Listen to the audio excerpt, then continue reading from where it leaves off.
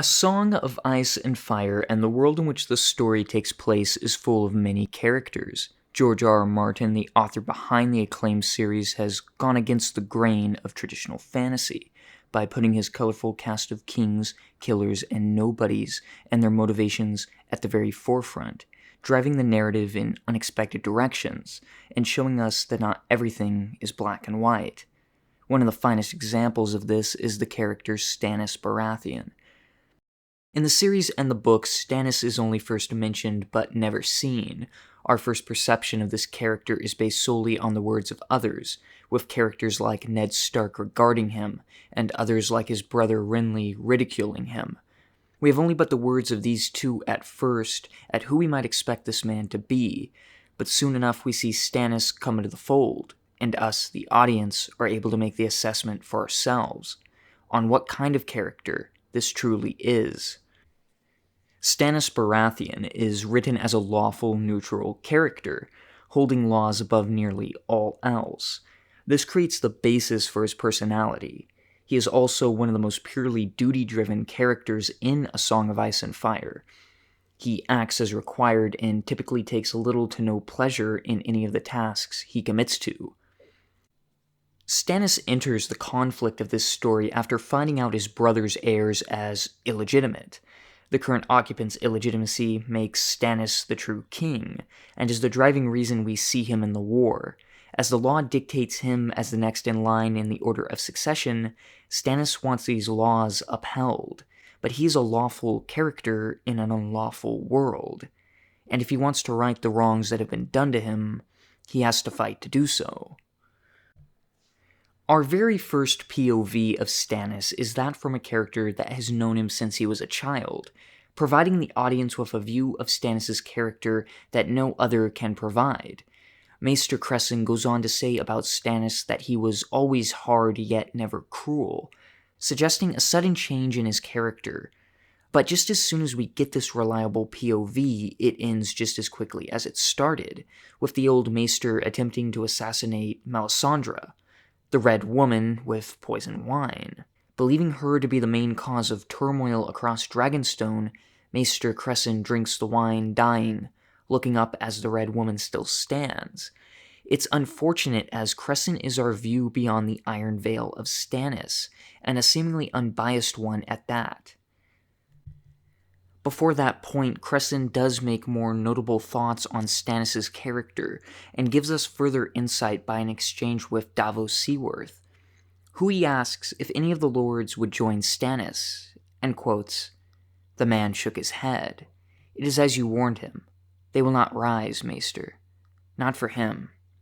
They do not love him. No, Cresson thought, nor will they ever. He is strong, able, just. Aye, just past the point of wisdom. Yet it is not enough. It has never been enough."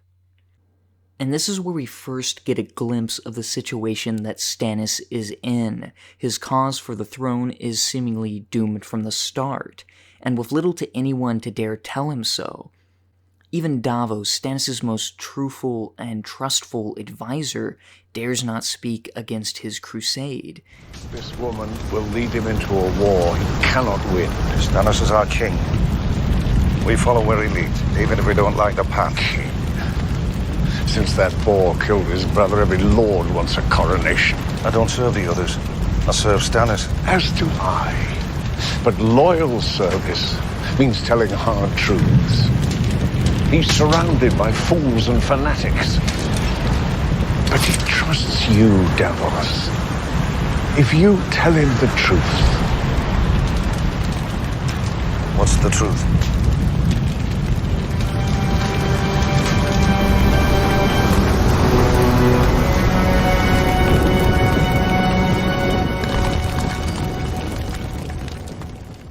Stannis is a character that, as we see, is unyielding to a fault, and is even more so vindicated in his cause due to Melisandre, praising him as the prince who was promised. George R. R. Martin sets Stannis up to fail instantly, with Renly stealing the support of the Stormlands, Joffrey seizing the Iron Throne, and with seemingly no support from anyone else in the kingdom, It's a doomed crusade. But that's exactly what George R. R. Martin wants us to think. Let's take a look at Stannis' younger brother Renly as a claimant to the throne. Renly, especially compared to Stannis, is painted as the perfect candidate. He's young, charismatic, handsome, and has an entire army. He's made out to be by far the best choice. On the surface. This is where once more George R. R. Martin's genius comes into play. Renly is a completely hollow man, and yet Martin has us filling Renly with our own positive fantasies and ideas of him as the perfect king. Renly, as opposed to Stannis, may have the look of a king, but has none of the substance of one. Furthermore, Renly's claim to the throne is completely dependent on the amount of troops he has, mustering over 100,000 and going by the philosophy of might over right. During the parley, him and Stannis both make very clear note of that fact.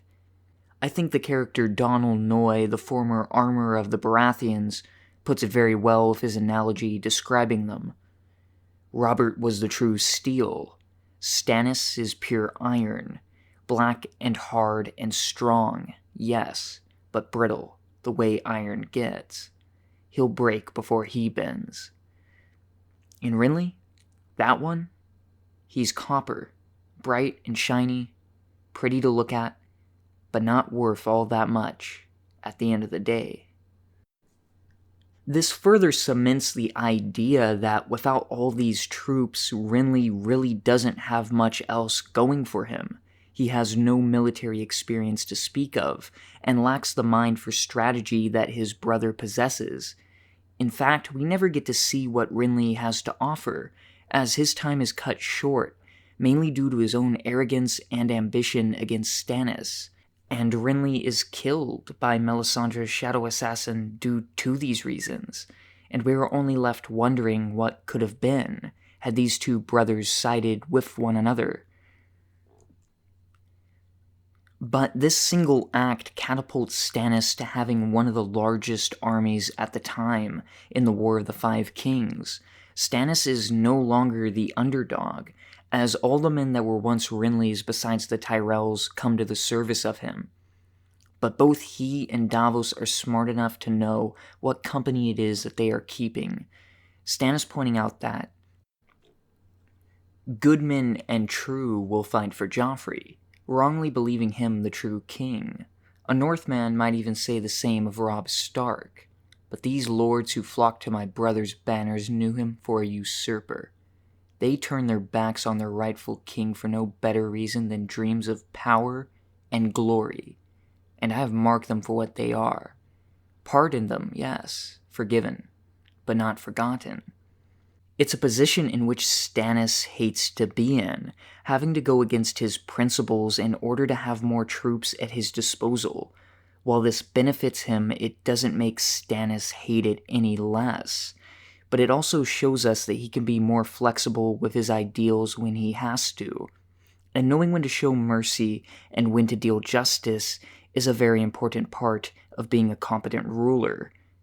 This is where we start seeing Stannis playing with a full deck of cards, pushing forward to battle the Lannisters head-on, and to take the throne with the might of tens of thousands behind him, in one of the most defining battles of the War of the Five Kings. Stannis in the story is described as a strategic genius and a very capable commander. This is no coincidence, as George R. R. Martin has said he based Stannis partially off of Tiberius, the Emperor of Rome. Tiberius was one of Rome's greatest generals. His conquests of Pannonia, Dalmatia, and Rhaetia, and temporarily parts of Germania, laid the foundations for the northern frontier. But he came to be remembered as a dark, reclusive, and somber ruler, who never really desired to be emperor.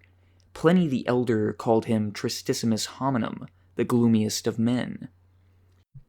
And this inspiration for his character really goes to show, as in this story, Stannis Baratheon is known so much as a capable tactician and leader that even Tywin Lannister places him above all else in his concerns during the war, saying, I have felt from the beginning that Stannis was a greater danger than all the others combined.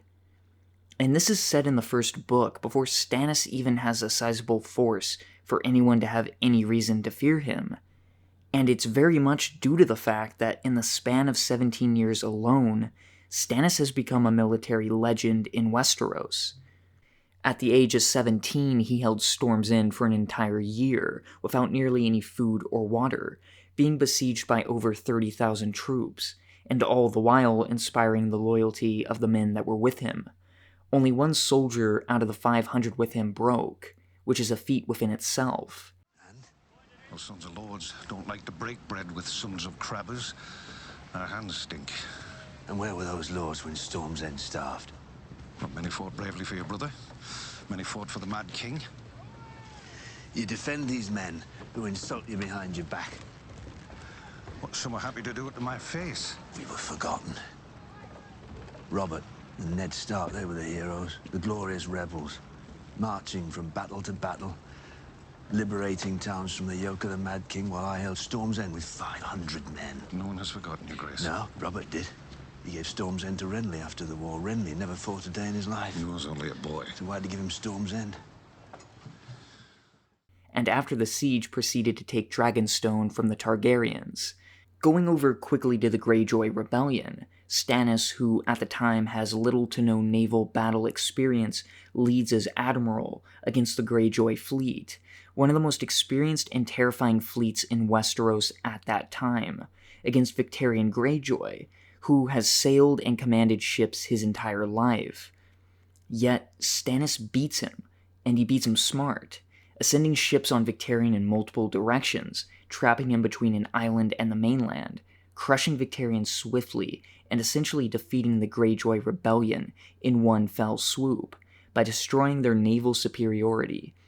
These triumphs established Stannis as someone to be feared in this war, and going into Blackwater there is a lot of expectations that this is a sure victory for Stannis. The Battle of the Blackwater becomes one of the most pivotal moments in the war. Stannis has the numbers and the military prowess to make this a decisive victory. But the entire endeavor is soured. Tyrion unleashing wildfire and a gigantic chain from beneath the water, devastating the Baratheon fleet before a single soldier is able to land. Yet despite this, we see Stannis undeterred, going forward leading the remaining soldiers onto the Mudgate and assaulting the city. This is an important characteristic, as we see Stannis willing to be at the front lines, risking his life just like his men are doing for him. In other words, being a true leader. President Theodore Roosevelt once famously said, "The difference between a leader and a boss, the leader leads and the boss drives."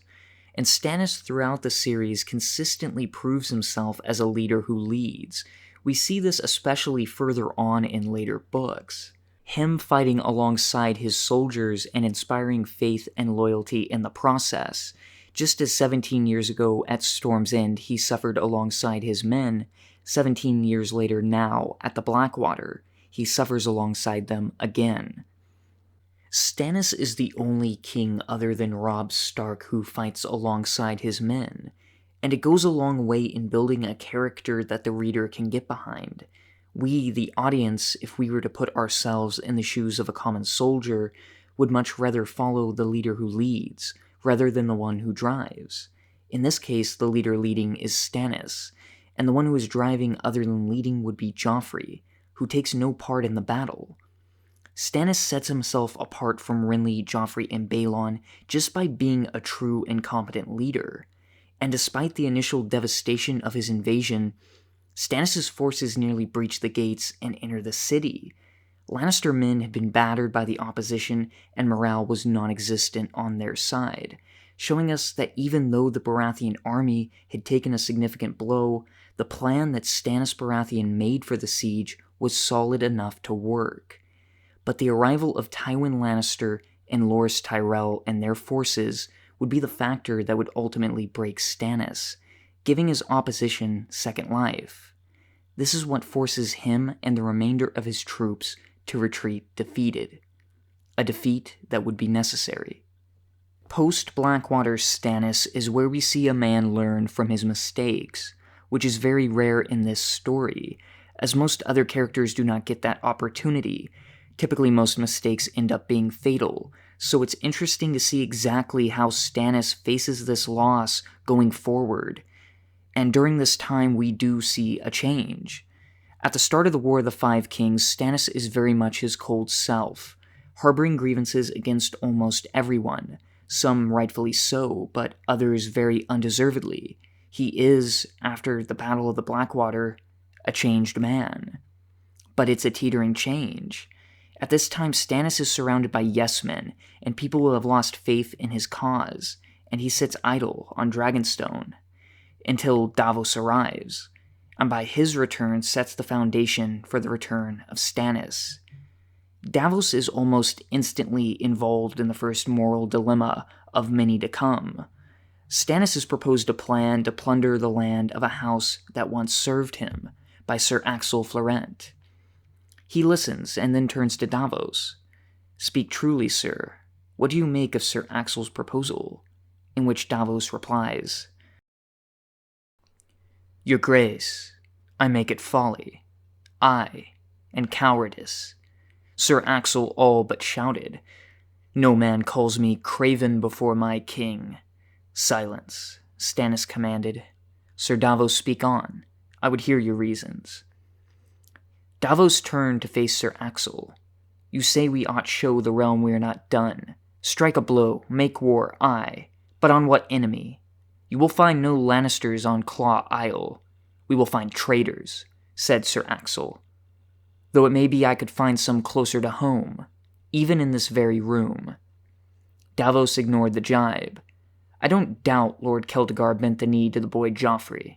He is an old done man who wants no more than to end his days in his castle, drinking his fine wine out of his jeweled cups." He turned back to Stannis. "Yet he came when you called, sire. Came with his ships and swords. He stood by you at Storm's End when Lord Renly came down on us, and his ships sailed up the Blackwater. His men fought for you, killed for you, burned for you. Claw Isle is weakly held, yes. Held by women and children and old men. And why is that? Because their husbands and sons and fathers died on the Blackwater. That's why. Died at their oars or with swords in their hands, fighting beneath our banners. Yet Sir Axel proposes we swoop down on the homes they left behind, to rape their widows and put their children to the sword. These small folk are no traitors." And Stannis listens to Davos, and this dilemma gives us, the reader, a bit more of a glimpse into what kind of king this man could turn out to be. These moral dilemmas force the character to fully display their values as a person, and the decisions on these matters are twice as important when they are made by a character who wishes to rule the entire realm. Stannis makes his position on this apparent, saying, "I shall bring justice to Westeros," a thing Sir Axel understands as little as he does war. "Claw Isle would gain me naught, and it was evil, just as you said. Celtgar must pay the traitor's price himself, in his own person, and when I come into my kingdom, he shall." Stannis further cements his position on this by making Davos his hand, as he knows Davos will provide wise counsel, which Stannis is sorely lacking by those who currently surround him, and because Stannis knows Davos will tell him the truth.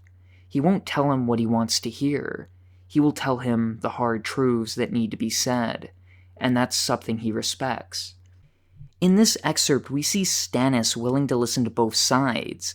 Instead of acting on impulse, he acts on reason. And it serves to reinforce the character of Stannis, that this is a man driven by duty and justice, not by blind vengeance or ambition. With the benevolence of Davos to help steer his own emotional compass, Stannis at this point, and even more so hereafter, becomes a lot more fitted for the throne than any of the other claimants. And through a storm of swords, we see Stannis balancing the problems thrown at him, and are able to see exactly how he reacts. His grievances are often on full display, and through Davos we see him filter his most pressing thoughts and troubles, and carefully weighing every choice before he makes it, as when Melisandre requests to sacrifice Robert's bastard. Before delving into this particular situation, it's important to understand the relationship between Stannis and Melisandre. Stannis isn't nearly as fanatical to the Lord of Light or even swayed as much by Melisandre in the books as he is in the television adaptation. He does believe, though, that Melisandre is powerful and intends to use whatever powers she may possess to aid in his campaign. And whether or not she knows she's being used by Stannis is up for debate, as up to the latest book, she still devotedly follows Stannis. The very nature of their partnership is curious, to say the least. But let's get back over to Robert's bastard. When confronted with sacrificing Robert's bastard, it takes several days for Stannis to come to a decision. This is not an action he or anyone should take lightly. Stannis says himself in A Storm of Swords, "If I must sacrifice one child to the flames to save 1,000,000 from the dark, sacrifice is never easy, Davos. Or is it no true sacrifice?" It's a matter of ethics, and it's one that is best represented by the classic trolley problem. You see a runaway trolley moving toward 5 tied up or otherwise incapacitated people lying on the tracks. You're standing next to a lever that controls a switch. If you pull the lever, the trolley will be redirected onto a side track, and the 5 people on the main track will be saved. However, there is a single person lying on the side track. You have 2 options. Do nothing and allow the trolley to kill the 5 people on the main track. Pull the lever, diverting the trolley onto the side track where it will kill 1 person. Which is the more ethical option? This situation reminds us that Stannis is a gray character. He is a human with flaws. He does not always make the right call, but the one he feels is right. And he feels the lives of the many should outweigh the lives of the few. It's another dilemma that serves to peel off the layers of a character, so we, the reader, can get a better look at what lies beneath. It's something that George R. R. Martin has made a staple in his books. As he always says, the only thing worth writing about is the human heart in conflict with itself. And the decision on the matter of Robert's bastard acts as a weight to tip the scale that is Stannis' gray nature. But with Davos freeing Robert's bastard, not allowing Stannis the opportunity to carry out the act, Stannis' nature remains gray. That teetering change we see in his character never tips over one way or the other. Davos saves Robert's bastard, and in doing so saves a part of Stannis' character. Ironically, this nearly gets Davos himself killed. Stannis, who has his sword out, ready to pass the sentence of treason, could execute Davos. But he doesn't. The man who we always fully expect to deal out justice to people, whether those people's intentions just or not, doesn't punish Davos. Stannis Baratheon realizes that what he did was not treason. It was an act of service to him, and made in his best interest. And this realization from Stannis sets the stage for what comes to follow. Through that mercy and restraint, Stannis is delivered his moment. Stannis takes all his forces and marches on to save the Wall. He is the only person to do so. Of all the lords and kings, Stannis is the only one to answer the call. As Samuel Tarly quotes, "Few of the birds that Aemon had sent off had returned as yet. One reached Stannis, though. One found Dragonstone, and a king who still cared." And with that, Stannis separates himself from being just another claimant to the throne to being truly deserving of it, and showing us why he is the one true king, giving us proof through action instead of simply words. defeating the wildling army that has 10 times his numbers, saving the Wall and the Night's Watch, and moving forward to unite the North. It's a major moment. It establishes Stannis as a king who cares about the people in the realm, and furthermore, a contender to root for. Uniting the North is the most important thing. Stannis knows this is the correct course of action, and one that he should have taken before, as he acknowledges in A Storm of Swords by saying, "I was trying to win the throne to save the kingdom, when I should have been trying to save the kingdom to win the throne." This is something the other claimants never learn, showing the people of the realm why you are deserving of the Iron Throne, gaining the admiration of the common folk through action. For Stannis, going to the Night's Watch and aiding them isn't going to put him on the throne, but it is going to save the realm, and it is going to cement him at the very least in the North as someone worthy of the title of king. I think George R. R. Martin put it best when he said, "Stannis becomes one of the few characters fully to understand that the real battle is in the North, which is why, in spite of everything, he is a righteous man." And the North is very much where the true immediate threat lies.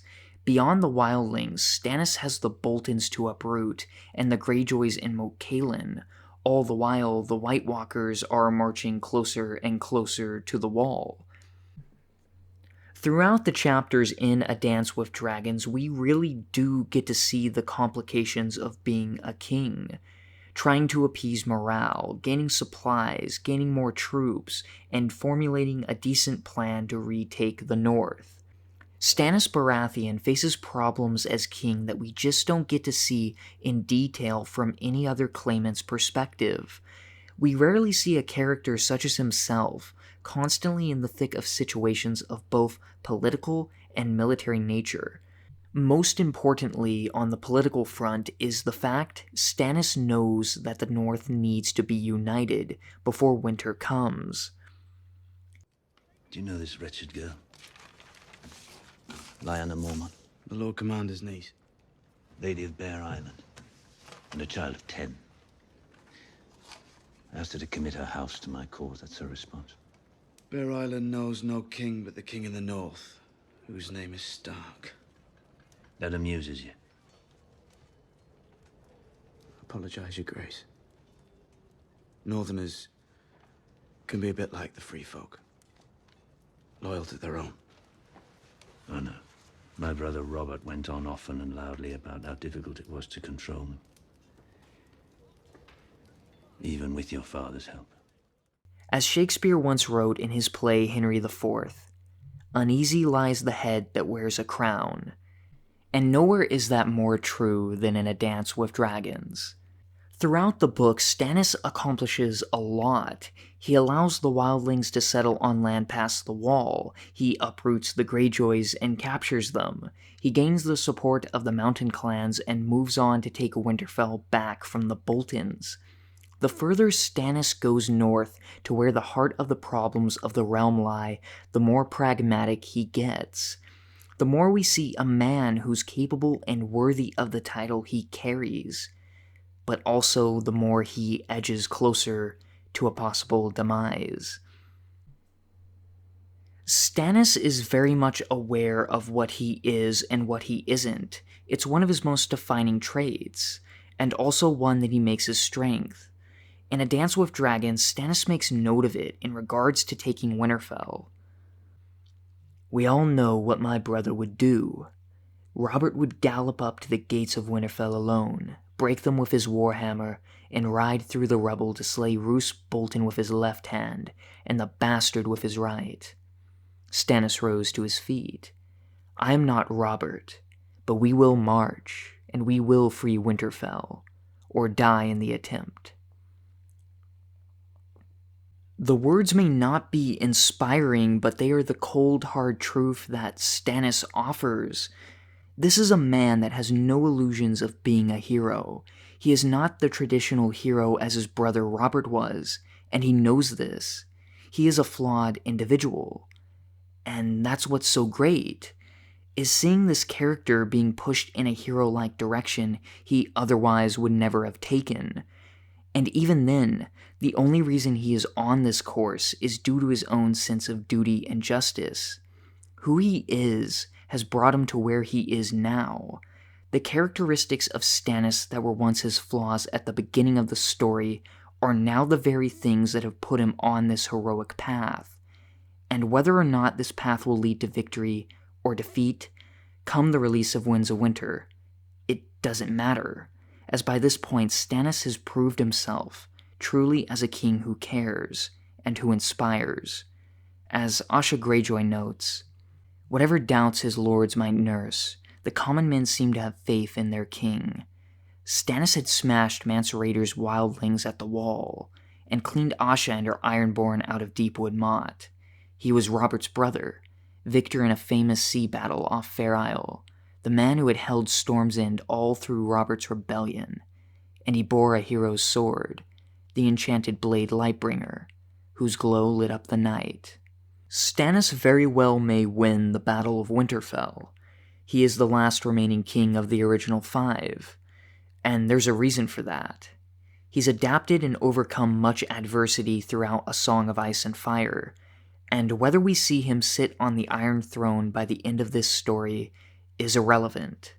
It's not something his character needs as proof that he's a king. His actions throughout A Storm of Swords and A Dance with Dragons are proof enough that he's more than earned that title. Stannis Baratheon is very much the hero Westeros needs, but may not be the one it deserves.